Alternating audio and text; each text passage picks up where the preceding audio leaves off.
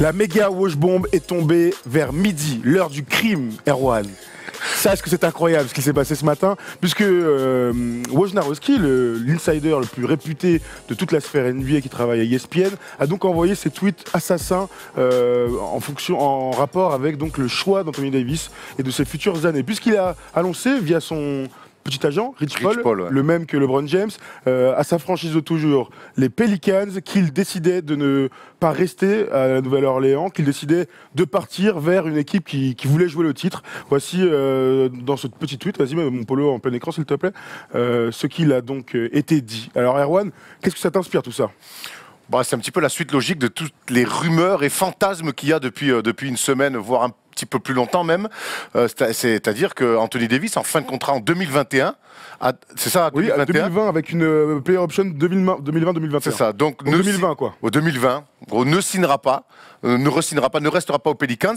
On peut dire qu'il s'assoit sur une possible offre de 240 millions, qui aurait été le max si il était resté chez les Pelicans, donc il touchera moins, mais par contre, il est déterminé à partir. Les titres et la gloire, plus que l'oseille pour notre ami Anthony Davis. On peut comprendre, donc pour récapituler, cet été, les Pelicans, qui sont donc sa franchise, pouvaient lui proposer ce fameux contrat de 240 millions de dollars. C'était le maximum qu'on ait jamais vu, en fonction des nouveaux salary cap. Et bien voilà, 240 millions sur 5 ans. En partant, il ne pourra signer que sur 4 ans. Donc on imagine, je crois qu'on avait vu, c'était 185 millions, environ 185 millions de dollars.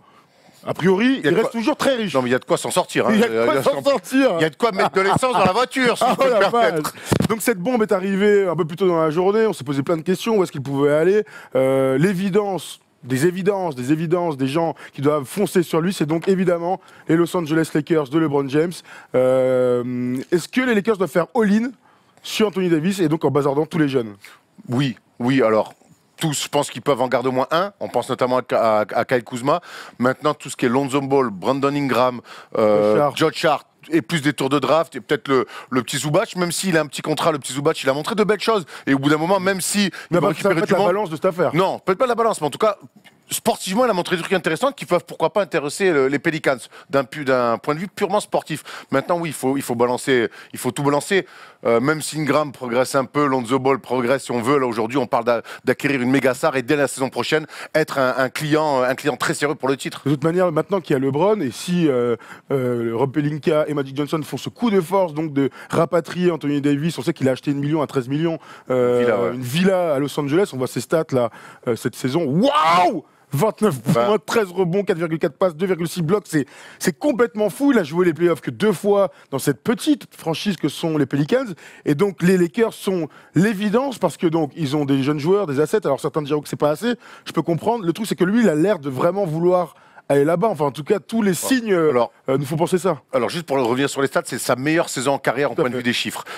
Il dit qu'il veut être tradé, il a demandé son transfert, il veut être tradé dans une équipe qui joue le titre. Et c'est un petit peu comprendre. Ce qu'on peut largement comprendre. Mais ce qui est paradoxal, c'est que les Lakers, aujourd'hui, ne sont pas une équipe qui joue le titre. C'est à la limite en attirant Anthony Davis, plus on imagine d'autres choses un petit peu qui vont devenir une équipe qui joue le titre. Oui, mais tu vois un petit peu. Ah non mais en fait, il a qu'à dire honnêtement, soyons un peu honnêtes, il a qu'à dire tout de suite qu'il veut aller aux Lakers. Est-ce que je suis pas sûr qu'il ait le droit de dire je veux aller aux Lakers? Non. En tout cas, on a compris qu'il voulait partir dans une meilleure franchise. Il n'y a pas beaucoup de franchises qui peuvent se l'offrir. Il est là le problème aussi. C'est pour ça que les Lakers sont tout désignés puisque donc il y a LeBron, puisqu'ils ont le même agent, puisqu'il y a la maison, puisqu'il y a, tu as parlé de gloire, les Lakers ça représente aussi la gloire et donc une legacy supérieure aux côtés de LeBron. Il y a d'autres équipes qui peuvent tenter de le récupérer.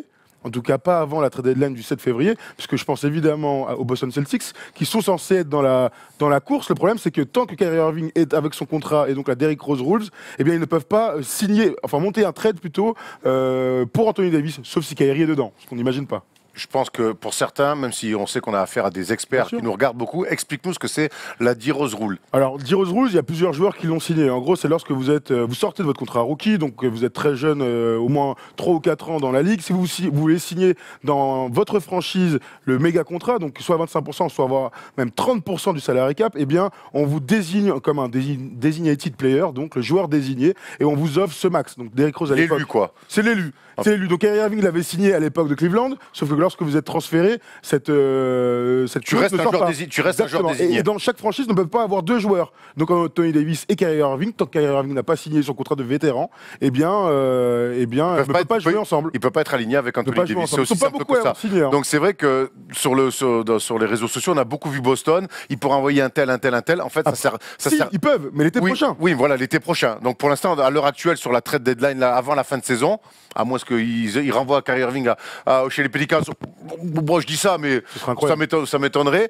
Donc ils ne peuvent pas aligner Anthony Davis pour le moment. Même si Gordon Hayward, même si Ford, même si on parlait de Tatum, de n'importe qui ou Jaylen Brown, eh bien, il n'y aura pas de transfert avant l'été prochain. Mais ce qui est intéressant, c'est que les Pelicans doivent lâcher Anthony Davis, mais qu'ils ont un an jusqu'à la trade deadline 2020. Donc ils ont un an pour le lâcher, pour pas se retrouver tout seul.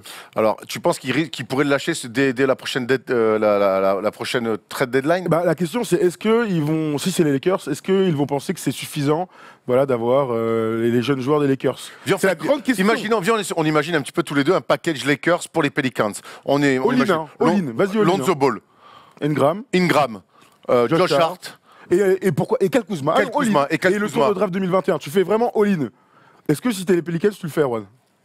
Moi, si je suis les Pelicans, je le fais parce que tu récupères quand même des joueurs à fort potentiel et avec un avenir. Quelque part, de toute façon, il faut qu'ils soient très pragmatiques, les Pelicans, sur cette affaire-là. À partir du moment où Anthony Davis communique comme il l'a fait en disant « je ne re-signerai pas, je veux partir », il faut qu'eux limitent la casse. C'est comme une femme qui veut te quitter. Au bout d'un moment, il faut limiter la casse. Tu vois ce que je veux dire? Donc, essaye d'avoir des choses, garde un peu la voiture, tu vois, de partager ça. Tiens, tu prends ça, moi je prends ça. Plutôt qu'ils partent avec tout.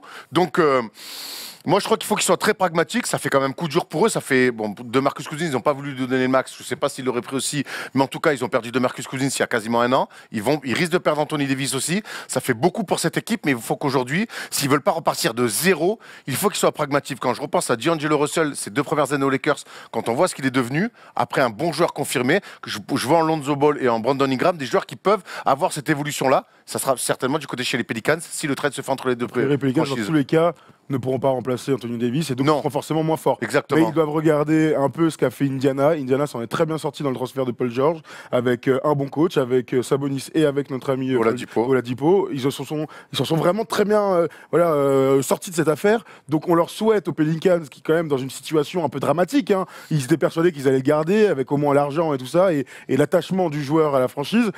Que nenni, ils vont se retrouver un peu dindon de la farce entre guillemets. On rappelle que les Pelicans sont en course encore, pourquoi pas, pour une place en play-off. Ça va être bizarre si le transfert pas d'ici 10 jours, ça va être bizarre. Non, mais je pense que là c'est.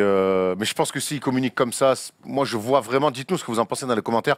Mais je vois vraiment un trade avant.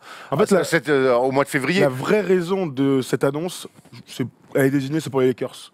Ça veut dire les Lakers qui sont déterminés à aller chercher Anthony Davis, ça veut dire qu'il faut le faire maintenant. Parce qu'on imagine mal. Je ne sais pas s'ils sont vraiment intéressés par les assets des Lakers, mais il faut le faire maintenant. Sinon, ça n'a aucun sens. On a fait une vidéo il y a quelques semaines deux semaines, où on parlait des possibles destinations d'Anthony Davis. On a mis les Warriors, pourquoi pas, parce que, mineur, ils ont une capacité d'attraction assez énorme depuis 5-6 ans. Enfin, depuis 5 ou 4 ans même, mais...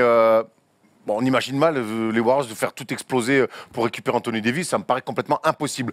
On voulait juste en parler. Non, les Lakers sont tout désignés et je pense même qu'au niveau des assets, puisqu'on sait que Boston peut avoir des assets sympas, mais le joueur désigné, Kyrie Irving, bloque tout. Je pense que les Lakers sont tout désignés et je crois qu'il y a une envie commune. On se l'était murmuré quand on était à Los Angeles, quand on parlait avec les journalistes locaux là-bas, que finalement les Lakers qui se préparaient pour la Free Agency 2019, en fait, non, maintenant c'est pas les Free Agents 2019 qui s'intéressent, c'est Anthony Davis via un trade. Et ça se confirme avec ça. Polo, on a pensé à d'autres équipes avec qui il pourrait y avoir un trade. C'est très difficile d'en trouver. Moi, j'en vois pas. On a parlé des Warriors. Franchement, j'y crois pas une seconde. Oui, enfin, ça n'a aucun sens de monter un trade comme ça. On a parlé de Denver qui ont pas mal de joueurs pour faire la paire avec Jokic. Ce serait intéressant. Tu peux mettre, Polo, s'il te plaît, les 2 petites photos, les 2 petites trade machines qui sont sorties. Alors, il y a eu quelques réactions sur Twitter. Vous allez nous dire sur YouTube ce que vous en pensez. Alors, Anthony Davis et Mr. Miller contre Enes Kanter, Porzingis et Kevin Knox. Ce serait incroyable. Toi, Erwan, en tant que un mec qui aime bien les Knicks, qu'est-ce que t'en dis? All day. All day, Ouais, every day. Non, mais tous les jours, tous les jours. Et par contre, Oui, côté Pelicans... Ah ben là, c'est la barre du siècle. Hein. Je pense que c'est pour ça que je répète que les Lakers sont clairement les meilleurs assets à proposer pour les Pelicans. Tu peux mettre le deuxième, s'il te plaît? Lui aussi, il a fait grave parler, ça nous a fait énormément rire. Regarde celle-là, Harrison Barnes. Et Luka Doncic contre Anthony Davis et Wesley Johnson. Et Johnson. Oh là là, il y a que... Rap Zephyr qui était en 5 ans, il a vu ça, il était mort de rire. Il a fait ah les gars, non, vous abusez. Bah oui, on abuse. Mais c'est marrant parce qu'en fait, il n'y a aucun trade potentiel, aucune autre rumeur, puisque forcément les Lakers tiennent la corde. Non mais historiquement, de toute façon, les Lakers sont toujours su attirer des méga stars. Et des intérieurs en plus. Et en plus des intérieurs. Donc honnêtement, pour moi, l'histoire, elle est quasiment déjà écrite. Je peux me tromper, ça arrive souvent d'ailleurs, mais honnêtement, je vois, pour moi, l'autoroute, comme dirait Polo, c'est l'autoroute du bonheur pour Anthony Davis jusqu'à Los Angeles et downtown. Et dans sa villa. Et downtown, évidemment. Et je suis pas Bon, sûr. la villa, elle n'est pas dans la salle, elle est à downtown. Ah ouais. Je parlais de la salle. C'est plutôt à Beverly Hills ou à Bel Air. Parce qu'il ne va pas faire des poules parties à Los Angeles, il va jouer au basket. Et jusqu'à preuve du contraire, moi, le Staples Center, il est à downtown. Il peut faire les deux. Bref, voilà, cette petite vidéo pour parler de cette annonce incroyable, la méga wash bomb de la journée qui est sortie de nulle part. C'était le matin aux États-Unis. J'ai une dernière question, Tom. On sait que je disais tout à l'heure que les Lakers s'étaient beaucoup préparés pour avoir du cap pour la Free Agency 2019. Ça n'empêche qu'ils pourraient rester actifs quand même sur la Free Agency cet été. De toute manière, ils ont beaucoup de gens qui sortent de leur contrat aux Lakers. J'ai noté ça quelque part, je vais vous dire. KCP. Donc KCP, Rajon Rondo qu'il faudra signer s'ils veulent le laisser, Stephenson, Michael Beasley, Javal Magui, Tyson Chandler, bref, il y a encore les jeunes, les Maurice Wagner, les Kyle Kuzma, tous ces joueurs-là qui sont avec des petits contrats. Mais il y a encore le Huldung à qui ils ont étalé le contrat. Il va encore tenir 5 millions du cap, hein, c'est énormément. S'ils ont deux joueurs donc à 30 millions, comme eux là, à peu près LeBron et Davis, tu peux encore les signer. Le cap est à quoi? À 110 millions l'année prochaine? 105, 110 millions, tu as encore beaucoup d'espace pour aller signer, faire des coups, amener des vétérans au minimum. On se souvient de l'époque de Miami, ils avaient un méga salary cap. Pourtant, les chaînes bâties, les machins, ils venaient, ils signaient et ils apportaient énormément en playoff. Donc voilà quelle doit être la stratégie des Lakers, avoir ces deux méga stars et ensuite on se débrouille pour remplir l'effectif. Le duo Rob Pelinka Magic Johnson pour l'instant. À voir, pour l'instant il y a rien de fait. Mais ce que je veux dire, mais s'il finit à OKC avec Paul George, ça va faire droit à tout le monde.